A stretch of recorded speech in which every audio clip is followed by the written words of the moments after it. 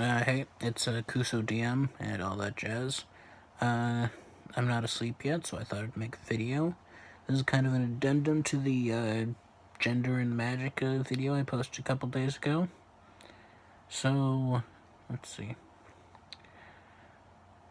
I was talking about it to somebody, and they said that I focused a lot on like the spell book mechanics and that kind of thing. And that's pretty true. I did focus on a lot of it. Oh, someone just finished downloading. And let's see, that's because like I really want to focus on what the players would directly be able to do, and like kind of what the like the base level is. Like everything I do is like a analysis or response to a question is directly based off of rules as written kind of stuff. Like I'll probably put up some kind of like what's the word? Like some pretext for the setting. Like I'll say it's a high fantasy game, or it's a mid fantasy game, or a low fantasy game. I didn't in this case, so that's my bad there. But yeah, I guess any setting where the where any spell is like a fair game, and that's pretty much high fantasy. Let's see what else. Yeah, so I just kind of stopped at I don't think anybody would really take advantage of or start using magic to turn to like realize that they're transgender or transform themselves. But let's see, that's not really like an exploration or like actual answer to the question in retrospect. So so this kind of contradicts what I just said, but like if there was enough demand or like people interested in the kind of subject of a permanent gender swap, then there'd probably be some kind of a greater amount of study into a permanent transformation. That'd probably be good for the yeah, it's probably got to be a transmutation school research where yeah, that'd probably lead to some incidental stuff about figuring out more permanent transformations. What else? And like as time went on, there's possibility that the transgender community would probably grow larger, and I don't know. I feel like a lot of people who consider, forget that. It's just gonna go in some conjecture. I don't, and some stuff I don't have any basis in. Let's see. Some of it, I think it might kind of depend on how many people would just settle with oh, I feel like I'm a man, or I'm a woman trapped in a man's body, or vice versa, and would just like settle by being transformed into the opposite sex, as is like a physical sex, and not like kind of the definition of gender as a mind state. But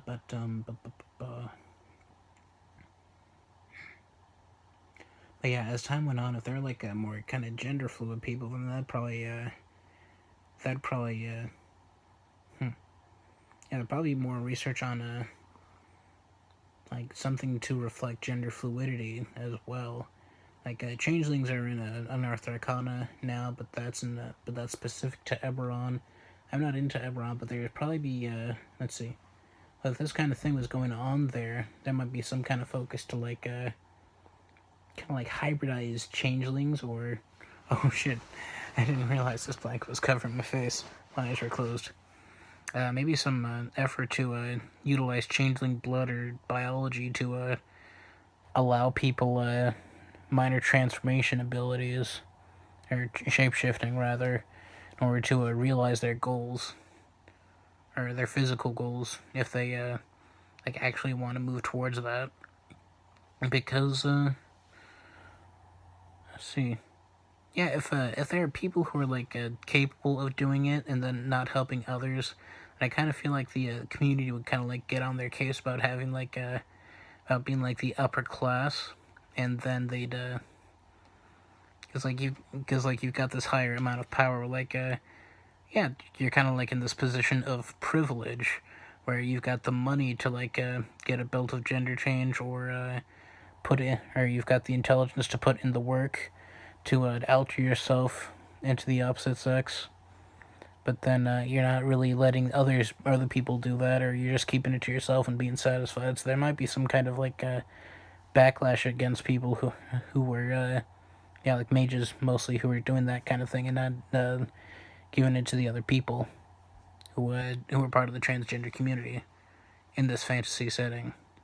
It's kind of that'd kind of be interesting to explore in like probably like in a literary work or book or some kind. But I personally wouldn't really be into it for my for any game that I run. Oh yeah, and like another thing about why I usually try to stick to rules as written for like a concrete basis is that uh for like if you're asking a question about what do you think that this and this would happen in this setting, then you really can't just say that as a DM or like whoever's making the setting, if they just say, yeah, it'll be like this, and then that's just how it is, and that's not directly answering a question. Uh, you get what I mean? Because, oh yeah, because like what I'm working with, or what I'm working with in terms of question, is like with these spells introduced into this setting, do you think it would develop this way? And then that was my answer, the way I answered it. But then I could also just say, oh yeah, I'm the guy who made the setting, and I say that's just how it goes. So it's kind of like it's a difference between saying that's how it goes and reaching a conclusion from a starting point where something is introduced. Yeah, that's about all I got. This was not scripted in any way. I kind of thought about it beforehand, but I'm not feeling too hot about this, but I'll put it up anyway. Yep, cheers, good night.